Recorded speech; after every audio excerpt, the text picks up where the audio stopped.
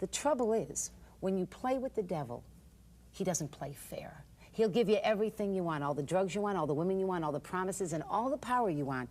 And when he's done with you, he'll kick the legs out from under you. Sounds like the Broadway play Damn Yankees, where they sell their soul to the devil and they become a champion baseball player.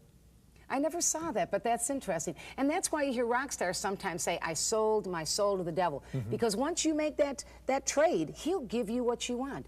But people need to understand that the devil is not sharing his kingdom with anyone. He's selfish and hateful, and his personality is that of hate and violence. And so as I began to encounter these spirits, from a pleasant person, even though I was a fall-down drug addict, I began to take on the personality of the devil. I began to act. I began to hate. I began to become violent in my card readings. Began to hate? You must have. You had hate no all love the anyway. more. Really? Oh, hate all the more. And I love to see people hurt. Like, I'd like to do a card reading where I knew a man was committing adultery. I'd name names, and it was just an evil behavior. And so here I was with these spirits operating in this park, cursing people. I cursed one man's city, fell 3 stories into a wheelbarrow. Thank God that wheelbarrow was there, because he would have been killed.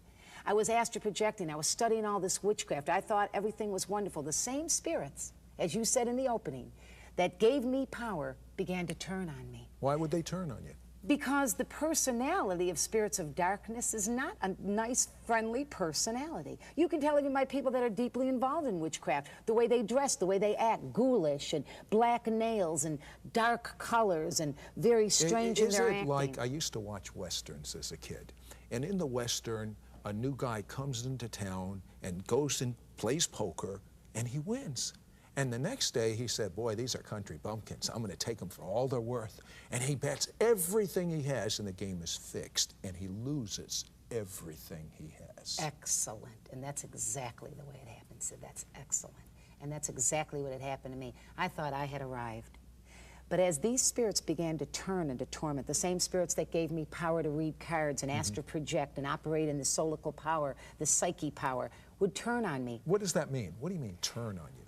It was as if all of a sudden the same voices that would say, this man is committing adultery, or this woman steals at work, or this girl's going to get married last year, when I was reading cards, would now say to me, you should die.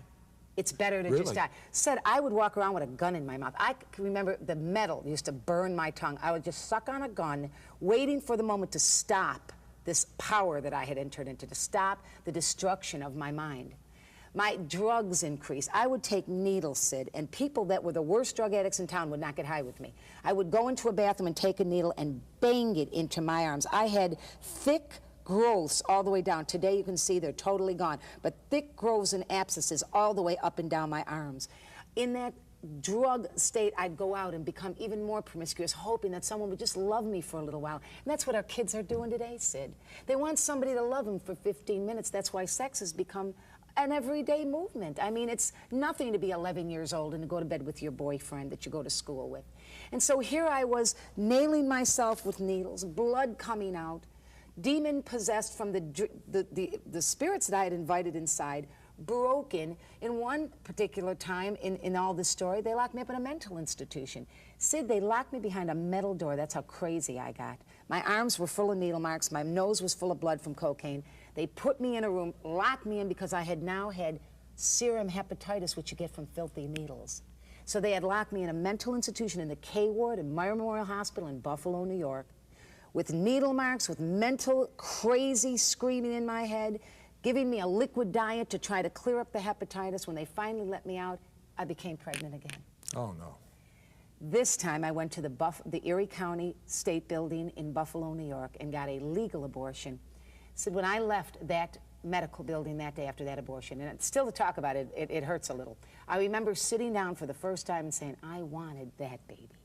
That baby I wanted, because I felt like I had such a low opinion of myself that maybe this child could change things for me. Of course, it was too late.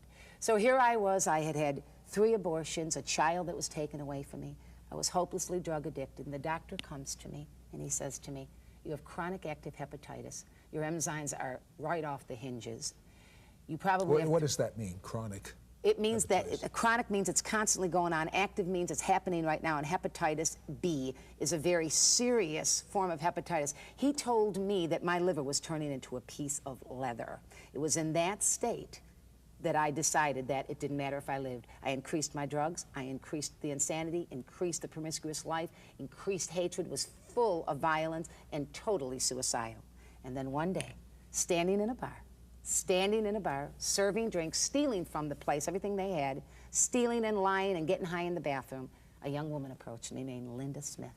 And you know what, Sid? She really believed in the power of God. She knew I'd experienced the power of darkness, that I knew it was out there, that it worked. But she wanted me to see a higher power, a greater power, that superseded the power that I was operating in. So what did you think of this, Linda?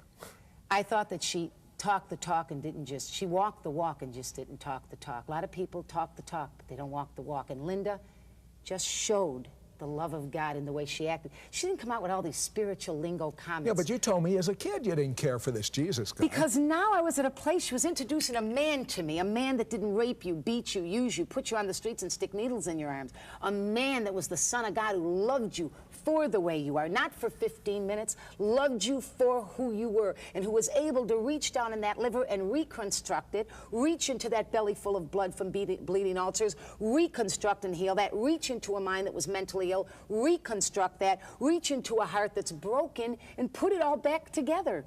Just because he's a man who loves mankind, because he was the Son of God. How'd that happen?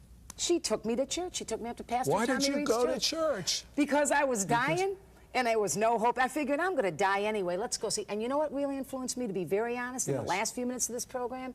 She acted like a person who didn't just put on a facade of Christianity. She lived it. She walked it. She didn't want to impress anybody, Sid. She wanted to introduce to a dying, demon-possessed tramp witch. She wanted to introduce that human being to a man who'd change her life. You went into that church. I walked in. What happened? I was dressed lewd. I had demons in my eyes. They were screaming all over. Most pastors would kick you out. Well, some of them wouldn't have anything to do with me. But Sid, in a very quick moment, I know we're coming to the end of your program, in a quick moment, the man on the platform said, if you need God to touch you, if you need healing in your body, come on up. I took the longest walk of my life. When I got to the platform, and to this day it brings tears to my eyes, Jesus Christ was waiting for me. Within an instant, and I have medical reports, in a moment of a prayer of 1,800 strangers who didn't know my first name, the church stood forth, the blood-bought church began to sing the blood of Jesus. And in a moment, when they began to call on the name that people curse, the name of power and ability, my liver was healed, my stomach was healed, my mind was restored, and I left that church, Sid, never to be the same.